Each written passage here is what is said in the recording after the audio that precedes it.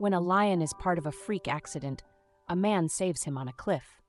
What happens next is not for the faint of heart. There was a gap just small enough for Thomas to try and get some air. He tried to steady his breathing, knowing that panicking wouldn't help. The fact crossed his mind that everyone in the nearby area would be busy dealing with the mudslide. They wouldn't be looking for him. If he didn't get help soon, things could end badly for him. He was trapped, barely able to move as the thick mud engulfed him. But then, through the gap, a shadow passed by.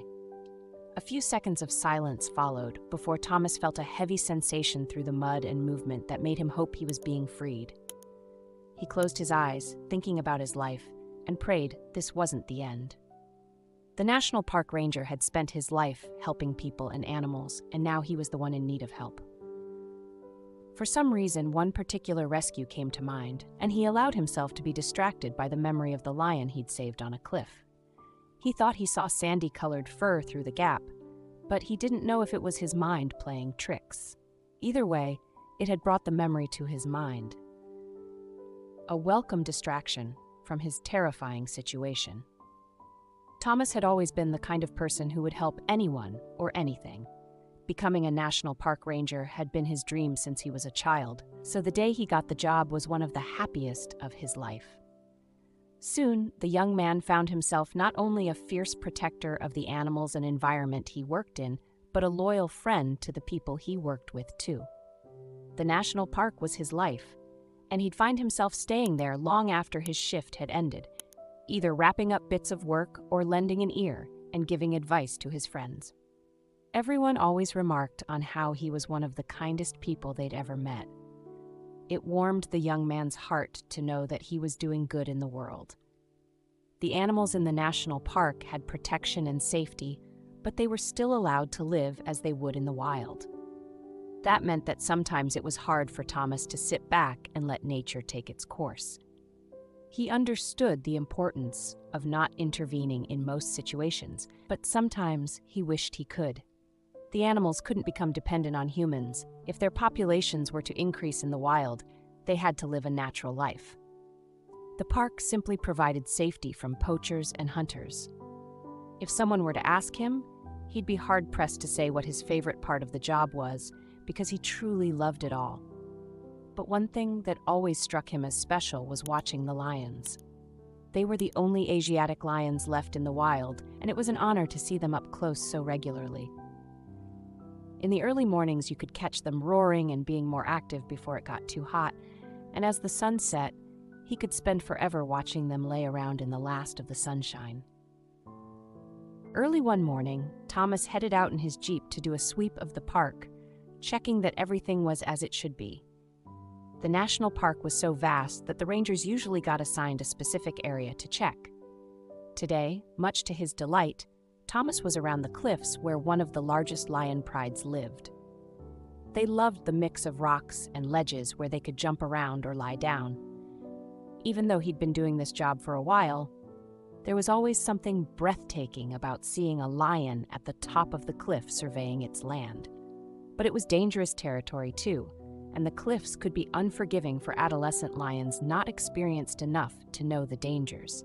He'd never witnessed it himself, but he'd heard stories from some of the older rangers of lions getting into trouble on the cliffs. He knew the extremely dry weather they had been having didn't help either. In the intense heat, the floor would often crack, and pieces of the cliff could easily crumble away. Thomas checked his watch. He had a few minutes to spare. He was happy because that meant he could pack up and watch the lions a little longer before moving on to his next job. The sun was just starting to peek over the cliffs, and he noticed a few lions just waking up near the top. This particular pride had a few adolescents, and Thomas was happy to see they weren't up on the cliffs alone.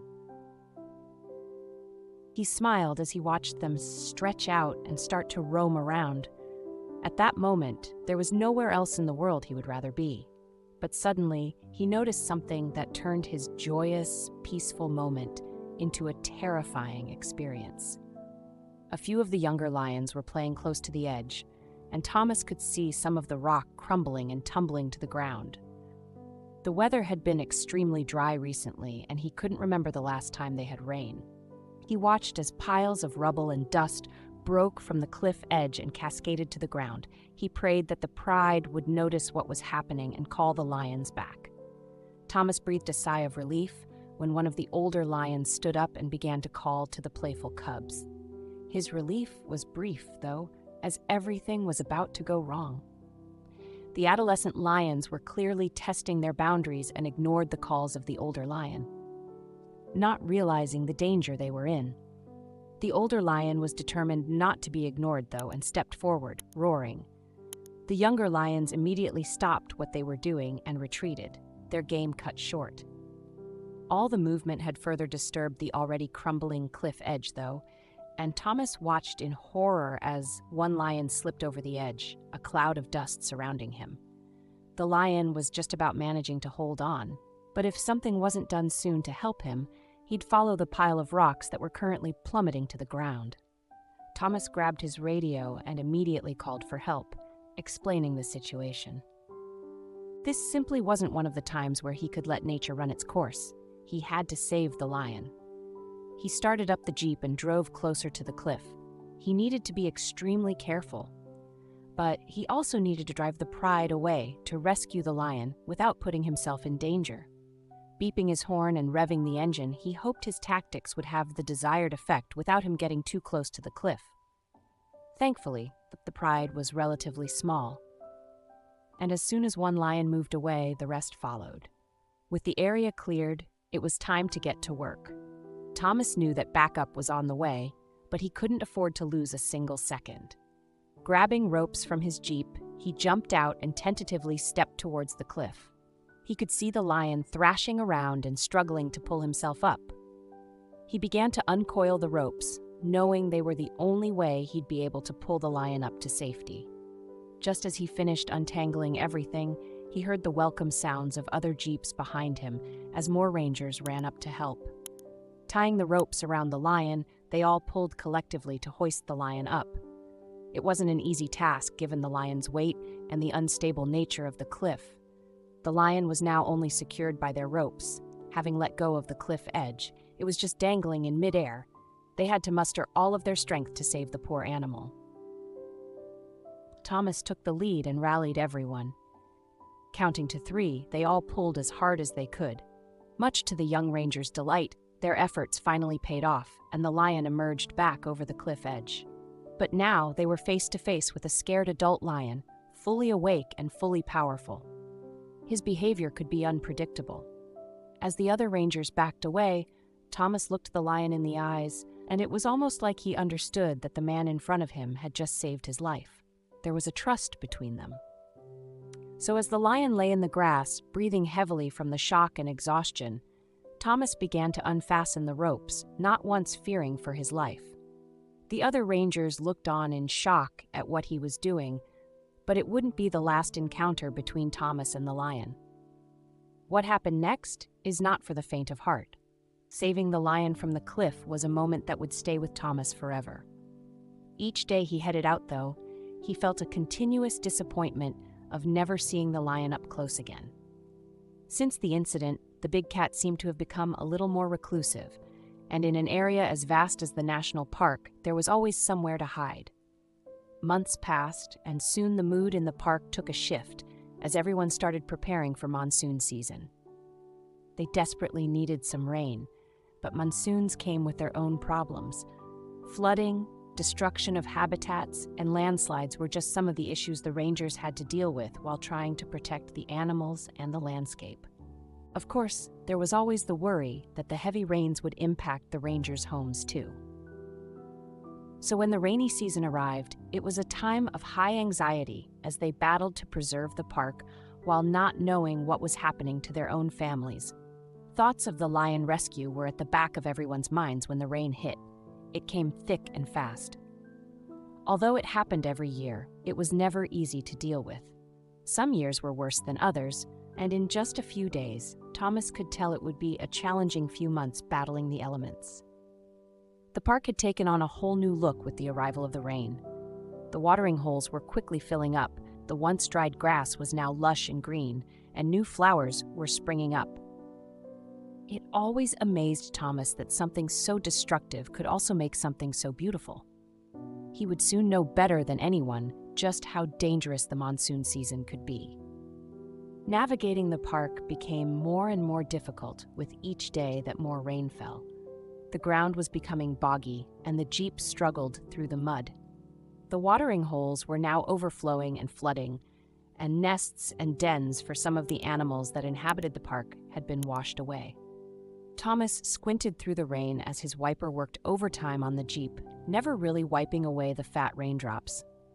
He noticed what looked like a fallen tree in the distance, so he drove closer for a better look.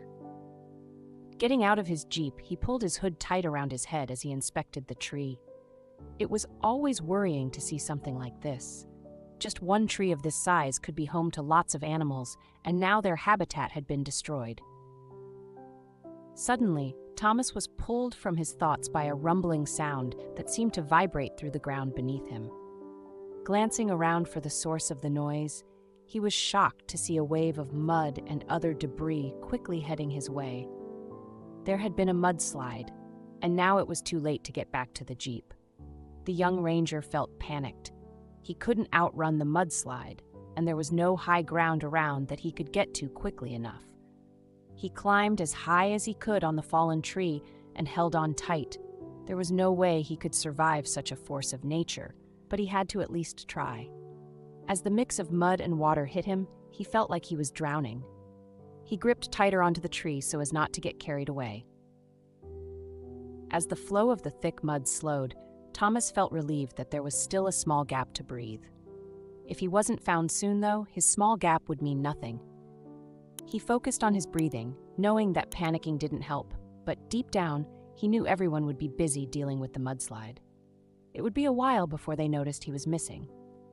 Through the gap, he could see the rain was easing. The thick mud felt heavy on his limbs, and he couldn't move. Everything seemed so quiet now that the rain was stopping. But then he noticed a shadow blocking out his small light source. He felt sure his mind was playing tricks on him, but he could have sworn he'd just seen a flash of sandy-colored fur. Thomas could feel a heavy sensation above him now, and movement through the mud. He prayed another mudslide wasn't coming, and closed his eyes, trying to block out the negative thoughts. But as more time passed, the young man realized he could hear more sounds, almost as if the mud was being cleared away and he was slowly gaining his freedom. The sound of panicked voices, followed by a spine-tingling roar, filtered into his mud prison, and he dared to hope that help had arrived. But would anyone know he was stuck? He imagined his Jeep had been washed away, so how would anyone know where to look for him? He heard the roar again, and this time there was no mistaking it. There was a lion close by. Suddenly, someone called his name, and although he couldn't respond, he felt tears coming to his eyes. Someone was close by. There was hope after all. He'd spent all these years helping others, but now he was the one in need of saving. As more light began to filter in, Thomas looked up to see the welcome faces of some of the other rangers. They'd found him and were digging away the mud. He still wasn't sure they'd even known where to look, but he was just grateful to have survived the terrible experience. As he was pulled from the mud, he didn't know whether to laugh or cry.